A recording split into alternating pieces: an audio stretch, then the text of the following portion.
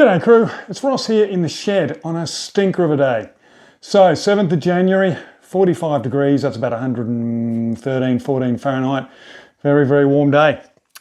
Now this is the fan from my evaporative air conditioner. And the fact that it's on the bench will tell you something important. I've got no air conditioning. That's right, I had to take this thing out because it stopped working. Last year it didn't work either. What I did is I went up and just replaced the capacitor. Now these fans, when they spin up, they need an extra bit of oomph in order to get them started, to overcome inertia.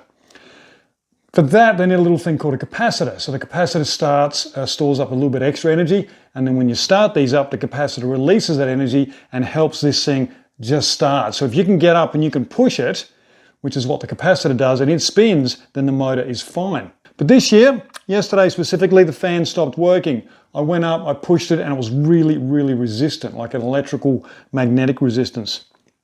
So I've taken the thing to bits. There's nothing physically wrong with the fan. There's nothing physically stopping it from moving. It's getting power.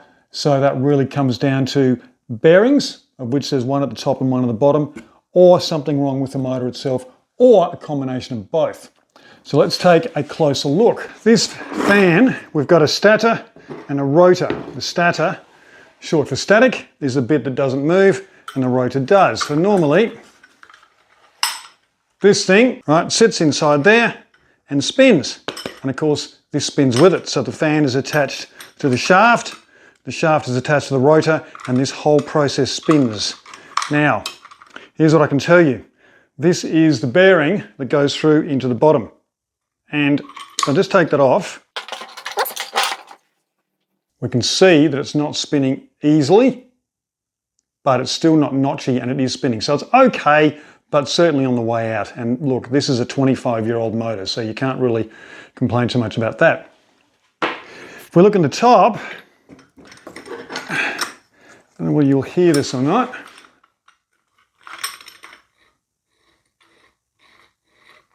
You hear that? That is the sound of a bearing that is very, very unhappy. So that top bearing, which sits pressed into the body of this top casing, sits in there, it's basically stuffed. Now, as well as that, the rotor has all of this rust on it, okay? And what's happening is it's getting all sorts of electrical interference, and I'm not an electrician, but I do know that that motor is better off getting replaced. Everything I've read up basically says when it gets to the point when the bearing is causing these sort of problems, the whole thing really at this age is just worth getting replaced. So I'm going to replace the motor. Now, that motor online is around $350. If I go into the shop, it's about $440. I can get that today or tomorrow.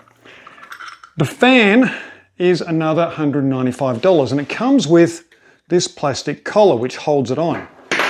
Now this plastic collar sits on the top, but it actually goes down and it sits between the shaft and the fan. And I've got to try and get both of these off this shaft. Now, because this motor is now no good, it's sacrificial. So I've got a couple of options. One, I could get a bearing puller, which would sit in there and it would have 3 claws. And as I wind it up, it would basically pull those claws up and slowly bring this fan up. But they're not designed for fans, and I'd have to somehow try and get it through here. My chance of making that happen is very, very low. And in fact, most of the time, you've got about a 50-50 chance of getting these fans off in one piece. So here's what I'm going to do. First of all, I'm going to cut these out. I'm going to go through here, and I'll take these bolts out as well, as much as I can, and I'm going to cut through you can see there, I'm going to cut through the shaft with a hacksaw. It's the only thing that can get in there. I can't get an angle grinder in. Once I cut it through, this whole thing will be loose, and then I'm hoping to be able to put this whole unit on top of something small, which will support the plastic, and then tap it through with a hammer. Now, worst case scenario is I destroy the fan. Best case scenario is I take the shaft and the collar out. Then all I need is a new motor and a new collar, but I don't need a new fan, and that'll save about $160. So that's what I'm going to try and do now. First step, I can't take these pins out. They can't go that way and they can't come this way, but they're in my way. So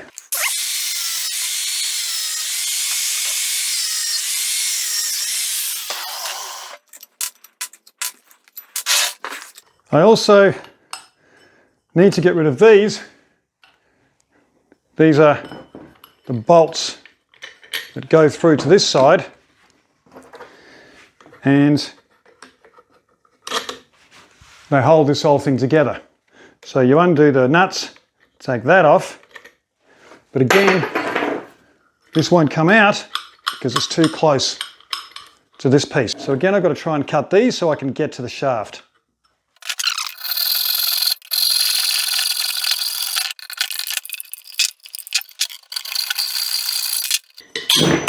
Right, there's one.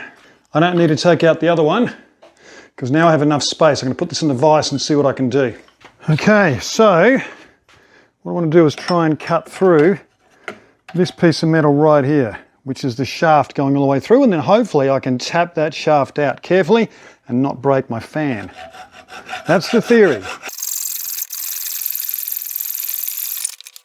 There we go. And there we have it. I've taken that off. Now I'm going to try and clean that up a little bit, although if I knock it out this way, shouldn't matter, but I've got to put something underneath to support this while I knock it. And I could do that using the vise. Now what I'm going to try and do is tap this shaft down while supporting the plastic fan underneath. And I've put in some lubricating spray, just a bit of CRC. We'll see what happens. It's going to be fairly gentle.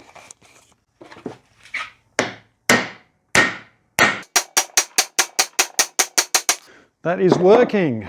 Okay, now I need to get a bolt. That'll do.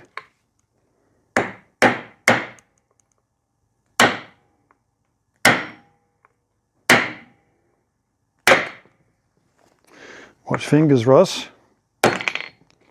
Yep. I'm rather attached to them. Okay, now we have a problem. This bolt has hit the bottom, so we haven't got far to go. I've just got to put it slowly to one side, all the way over to one side. There we go. That should be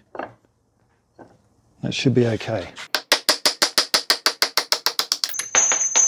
That is the sound of success. So that is the shaft. That's the shaft right there. And now I've got the collar, and these are a sacrificial collar. So if I pull that out, you can see that that is actually in the fan here. It starts with a larger hole and goes a bit smaller, so that fits over top, and then this collar fits down inside. They're not designed to be reused. Now these are $31 each, so now I know I don't need a new fan. I can just get a collar. That has saved me about 160 bucks, so I am well pleased with that. Very pleased. Rightio, so one new motor. Let's open her up and have a look. Lovely dovely. And that is replacing that. Obviously, that shaft went up like that. So, they are exactly the same spec. Oops. Now what I need to do is put the fan back on top. And for that, I've got a new collar kit. That is the collar that came out of it. And that collar fitted like that. You can see it's tapered. And the inside of the fan is tapered. So you put that in there, the collar goes in, and as it's pulled tight, it squeezes tighter and tighter and locks that fan onto the shaft. And as I said earlier, these collars are a one-time use only. So let's take a bit of a closer look. Now this collar has two bolts come through at the bottom, sits over like that. The fan is going to go over. Now what I will do is I'm just going to put something under there just to lift it up a little bit. That's going to help me to get started, and it'll stop those bolts from dropping. That'll make life a bit easier. There we go. And the fan has it's tapered on the inside, so it starts big and goes small. The big end sticks outwards. And of course you've got these two bolts and you've got these two holes. So that goes there, and that one goes there. Now, where's that one gone? You've got to line them both up at the same time. There we go. So they go on like that. What we're going to do is pop that collar down. Once again, the bolts have to go through it. This means I'm going to have to lift them up a little bit.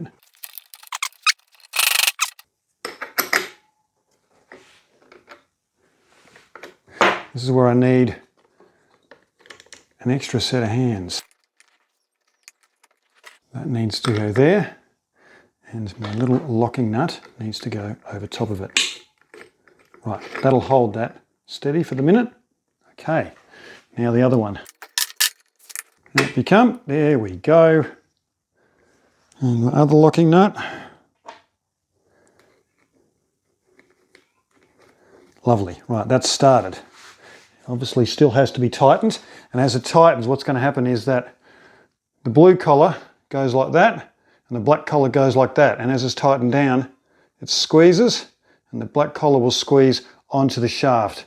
And it's designed to go right in the end here, and that's what we will do. And there's a locking nut. What I was trying to do with the locking nut is I was trying to turn it the wrong way. Of course, the whole point of this is to make sure it doesn't spin off, so of course it's the opposite way of what it normally would be. Instead of screwing it in clockwise, I've got to screw it in anti-clockwise, and it went straight in, no problem. That's a little M6. There we go. That looks like it's pretty much on. Nice. That's not coming off, that's an 11mm. It's weird because everything else on this is imperial, but that's metric. Okay, this will be hopefully a couple of 10mm spanners. Yes, they are. Hold this underneath. And we're going to just do them up.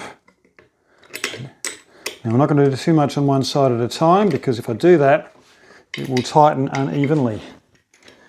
And we do not want that. I want this collar to go down nice and even. So a bit on one side, and then a bit on the other. Okay, let's look at the spin. Look at that. Quiet, easy. It spins nicely. Now the fan's reinstalled. This thing's ready, more or less to be put back in. What I do have to do, before I do that, is to refit the metal frame that sits around here that holds the thing in the middle of the air intake. Now this whole thing sits in a frame, and the frame sits around like this. Now what I've done with the frame is I've just cleaned it up and put on some corrosion resistant paint because it was just galv and it was pretty ugly. And I've got some new stainless steel bolts. So we'll put the whole thing back together. Now, interestingly, everything on this is imperial, but you can't get a lot of these bolts anymore, these imperial bolts. Now, how does that go? There it is, like that. So I was lucky that M10 fit on, and I've got everything as stainless steel. So it probably cost me about 12, 15 bucks to buy this stuff. It wasn't very expensive.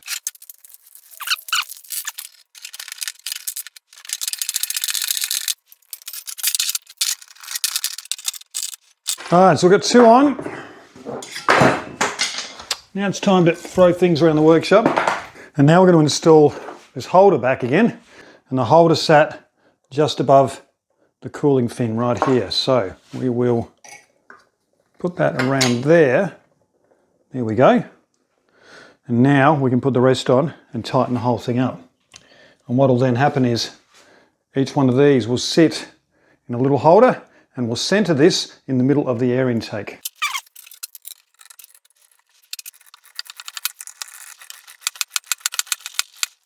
And tight, tight, tight. And nearly done. Just this last one. I think that's about as tight as it's going to get. These each come out at 90 degrees. Now I'm going to go put it back in its cradle. We'll have a look at that. And there you go. But I've taken the fan off. I've got the new motor, I've got the fan back on it. I've tidied up all of this. I've put it all back together, and I'll put it back in the system, ready to be wired. And that's pretty much it. Now, this bit won't be fun. You can see the air intake there, and you can see what I'm doing here. Just turning this over and carefully, oops, that's my camera, going for a walk, carefully putting this in here. There's one in. Okay, so there we are. Okay, so it's in, and what we need to do now, put these locating screws in.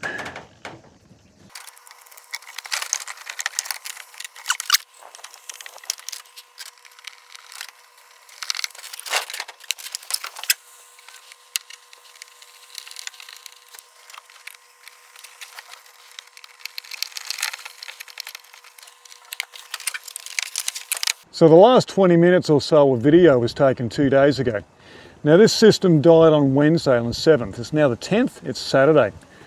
Over the course of Wednesday and then Thursday after work, I went and got the new motor, so I uninstalled the system, I got the motor, put it in, and you've seen me fix it all up and put it back in.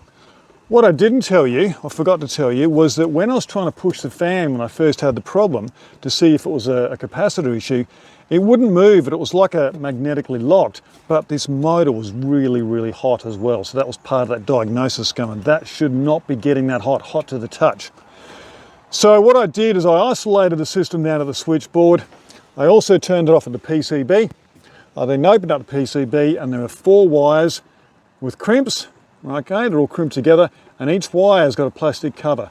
I undid the 4 plastic covers, I pulled the crimps apart, took it out of the loom, had to cut a few cable ties, 4 screws, and the whole thing came out. And what you've seen is from then on.